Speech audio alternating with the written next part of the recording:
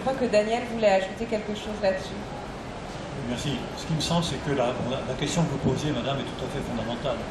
Celle de savoir quel type d'accueil dans un public plus large, d'enseignants, de parents, de responsables administratifs, d'inspecteurs, etc., des pratiques comme celles qui ont été présentées ici sont communément admises, communément recevables. Je crois qu'on a besoin aujourd'hui, compte tenu du fait que toutes ces pratiques sont maintenant assez solidement étayées en termes d'apport d'apprentissage effectif, soit d'apprentissage de contenu particulier, soit d'apprentissage réflexif sur des modes d'apprentissage, soit de développement d'attitudes particulières qui paraissent souhaitables officiellement dans le discours des programmes, mais tout cela n'est en général pas véritablement curricularisé, si j'ose dire, ne fait pas l'objet véritablement de descriptifs dans des curriculums.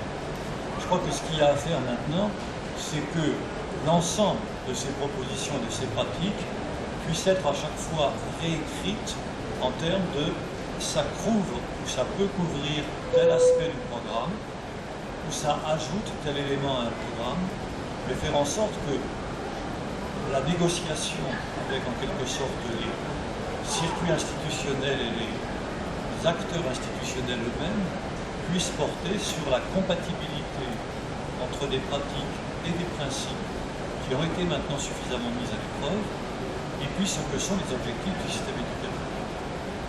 Il me semble moi, tout à fait significatif que tous les gens qui sont à cette table ici soient des représentants d'associations et pour l'essentiel de petites associations. On n'a pas la PLV ici. On n'a pas de représentants institutionnels. Je crois que les mouvements qui se font actuellement, qui sont portés par un discours de type politiquement correct, se heurtent incontestablement à tout ce qui peut devenir inscriptible, écrivable dans les programmes. On est en ce moment dans une période de révision du socle commun de compétences, de connaissances, etc. et de culture. On est dans la réécriture des programmes disciplinaires. Comment est-ce qu'un certain nombre de propositions qui existent, qui ont été testées et qui sont compatibles avec les programmes, peuvent effectivement être intégrées. Je crois que c'est aussi la question indirectement de la formation des enseignants.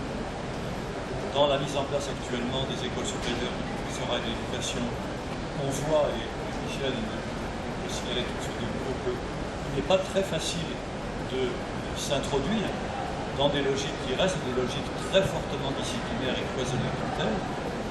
Les associations elles-mêmes, et je crois que la plupart d'entre nous, ils sont prêts, sont tout à fait disposés à intervenir à la demande en quelque sorte pour des sensibilisations, des aides à la formation, des journées d'études, etc. Il y a des exemples comme le programme signalé Barbara de mise en place des diplômes universitaires, c'est tout à fait à signaler et à souligner, mais on est vraiment dans une période charnière où le virage, si je peux mélanger un petit peu les métaphores, le virage ne devrait pas être raté, mais pour l'instant, on ne voit pas énormément d'ouverture, sauf du côté d'instances qui, Gaël me pardonnera, sont elles-mêmes un petit peu marginales, comme la DGLF et la DGLF.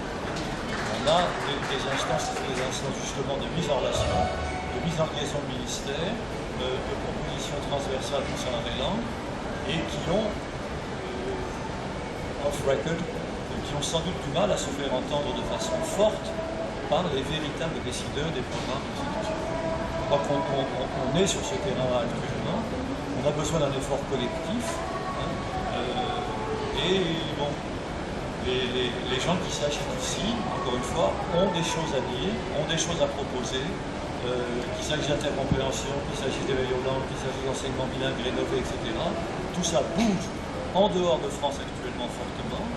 On a vu avec l'indicateur européen des langues qu'on était parfois dans le dernier wagon.